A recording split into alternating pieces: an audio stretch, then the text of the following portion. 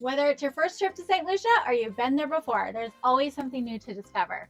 But before you step off the ship, there's a few things you need to know to make the most out of your day. What's the best way to see the famous Pitons?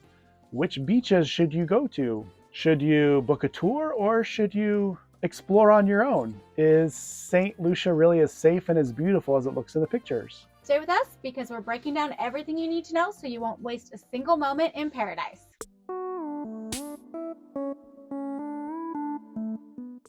Saint Lucia is part of the Lesser Antilles. It's 27 miles long and 14 miles wide.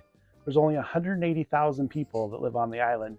There are two main ports in Castries, which is the capital of Saint Lucia. We stopped at Point Seraphine Port. The other port is La Place Carénage, if I'm saying that right. What to expect at the port is a great taxi service.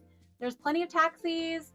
There's great shopping. We really enjoy the shopping. They have tour operators. You can select different things you want to go do and see.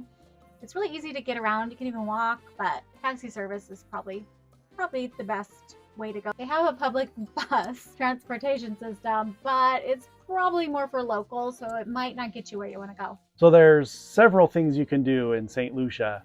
Of course, there's the famous Pitons, which is a World Heritage Site. You can do boat tours or street tours. There's Sulphur Springs and Mud Baths, which is the only drive-in volcano in the world. There's snorkeling at Sugar Beach. Marigot Bay is beautiful and great for photos. There's rainforest adventures, Pigeon National Park.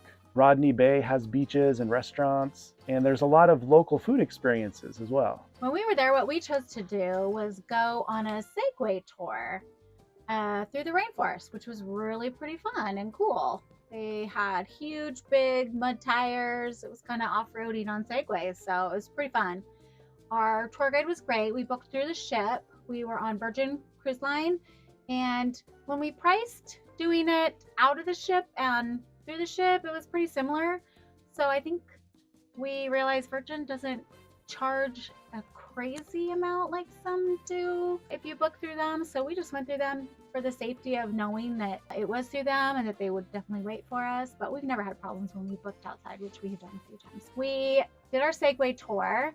So we started that off, and then we went to we did like a little city tour that was pretty fun. Learned about the plants in the area, got to see a lot of the culture. Then we went to Rodney Bay Beach, which wasn't our favorite beach. It was a bit crowded. So I think next time we're thinking of snorkeling at Sugar Beach. Thought that's maybe more our kind of beach, hopefully. Yeah, Renowit Beach was really crowded, but we're excited next time to go back to go to Sugar Beach because we really love snorkeling. Mm-hmm. And so the snorkeling really wasn't existent at Renowit Beach. Yeah. It's too crowded for that. A lot of people. Yeah. Have you ever been to Sugar Beach? If you have, let us know in the comments what the snorkeling's like. We're really curious to know. If you're looking for souvenirs, they do have good shopping. They have some of the similar things you'll find in the Caribbean. Rum, spices, clothes. They even have handmade chocolate. They have a duty-free shop. They took our dollars, but they also take euros, and they use the Eastern Caribbean dollar. One of the concerns we always have at every port we go to is it safe? Are we going to be okay if we just walk by ourselves? And with St. Lucia, it is safe. We went there. We didn't feel threatened at all. We felt everyone's so friendly and kind. When we looked into it, we did see that View Fort in the southern point of St. Lucia. It used to be more dangerous than it is now. The police have cleaned it up. So it is safer, and you shouldn't have any problems going there during the day. And if you travel at night or anywhere really, just keep your wits about you. Just be smart. Treat it like any other place where it's most likely safe, but you never know. Just be smart. Yeah, I felt perfectly safe. Everyone we came in contact with was so sweet and kind. And the best time to visit is probably the dry season, which is December through April. They also have a carnival in July. It's usually the first few weeks in July. This year, it starts on July 1st. I think that's probably more for adults than children.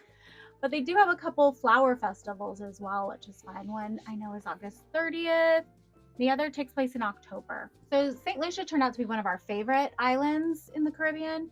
We really loved it. We found the people super friendly. Our tour guide was so sweet and kind. We just loved it. Everything about it, really. It's beautiful. All the scenery was beautiful. It was great. We really want to go back and explore it more and see the Pitons and go to different beaches, do some snorkeling. So maybe some black sand beaches. Yeah, there's so much we want to do. There's just so many things in St. Lucia. You can't do it all at one time. Like, I really like zip lining. There's so many beaches we want to explore. There's just so much to do.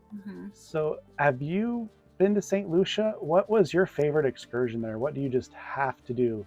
If you were to recommend one thing people have to do, what would it be in St. Lucia? Let us know in the comments below. Be sure to like and subscribe and hit that bell so you're always alerted to cruise information that we put out. Watch this video next. It is our favorite excursions, including our Segway tour that we did in St. Lucia that we just love. Yeah, if you haven't checked that out, definitely check it out. All right, until next time, we'll see you as we venture beyond the dock. Thanks. Happy cruising.